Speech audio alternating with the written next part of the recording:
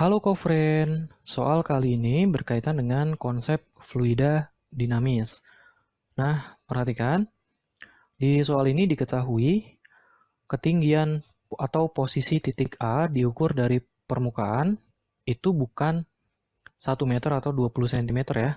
Nah, jadi tinggi titik A ini berada pada posisi 0,8 meter dari permukaan air. Kemudian diketahui juga luas penampang tempat air ini keluar di titik A adalah 1 cm persegi atau 10⁻⁴ meter persegi. Nah, sudut elevasinya ini ada kemiringan di situ, sehingga nanti arah gerak dari airnya ini berbentuk parabola ya, karena ada sudut kemiringan itu. Jadi, alfanya ini 60 derajat. Di sini kita diminta untuk menentukan pernyataan-pernyataan mana yang benar terkait gambar di sebelah kanan ini. Oke, kita akan cek satu persatu ya.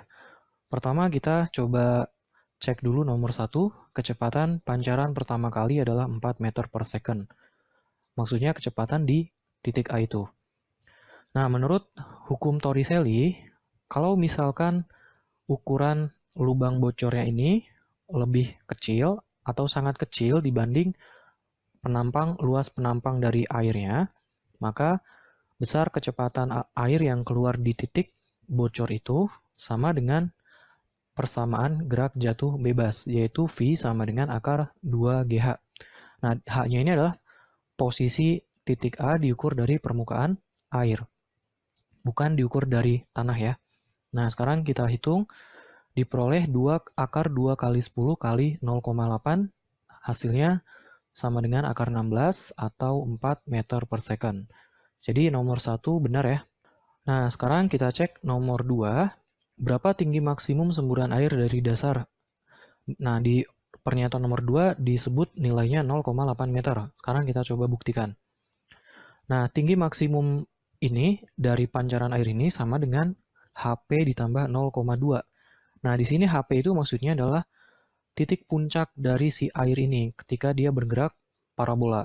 Nah, jadi puncak parabolanya itu ya, ditambah dengan 0,2 itu jarak atau posisi titik A sampai ke tanah. Kalau HP itu jarak dari titik P ke titik A. Nah, jadi kalau ditanya tinggi maksimal berarti jumlahnya HP plus 0,2. Sedangkan untuk menghitung berapa ketinggian puncak parabolanya bisa kita gunakan rumus V0 kali sin alfa di pangkat 2 dibagi 2G ditambah 0,2. Sekarang coba kita hitung, di mana V0-nya ini sama aja dengan VA ya, kecepatan di titik A itu.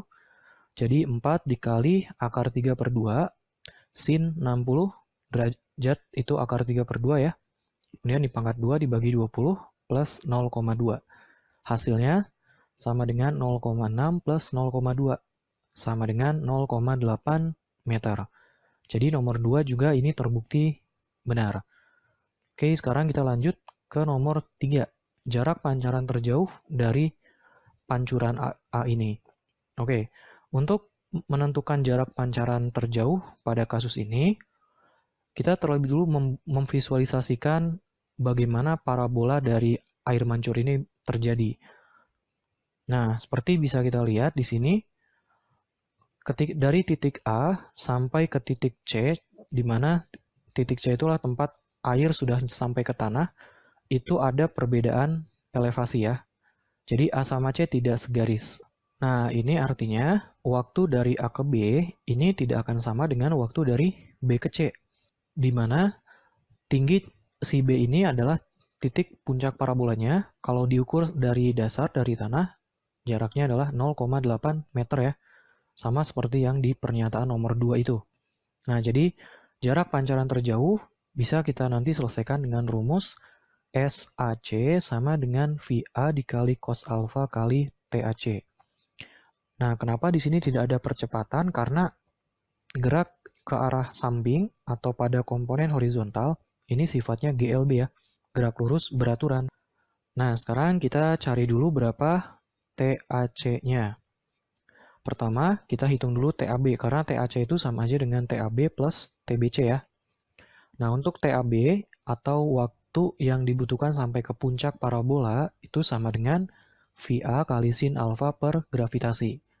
Nah, semua angkanya sudah ada ya, tadi VA-nya sudah kita hitung, nilainya 4, sehingga diperoleh 4 kali setengah akar 3, alfanya 60 derajat, sin 60 setengah akar 3, dibagi 10 sama dengan 0,2 akar 3 detik.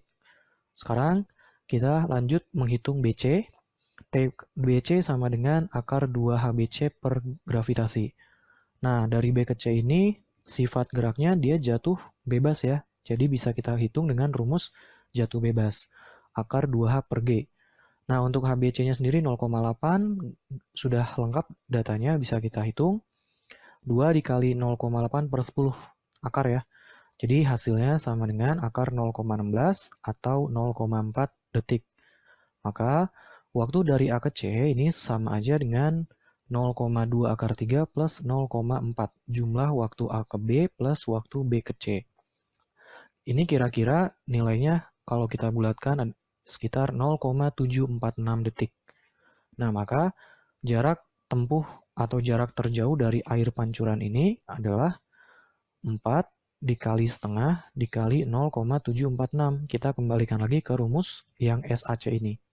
Nah, jadi hasilnya sama dengan 1,492 meter. Nah, 0,8 akar 3 itu berbeda dengan 1,492 ya. Jadi yang nomor 3 ini salah. Nah, selanjutnya yang terakhir adalah yang nomor 4. Untuk nomor 4, pertanyaannya debit pancaran pertama kali adalah 0,4 liter per second. Nah, ingat, debit itu sama aja dengan kecepatan kali luas penampang ya.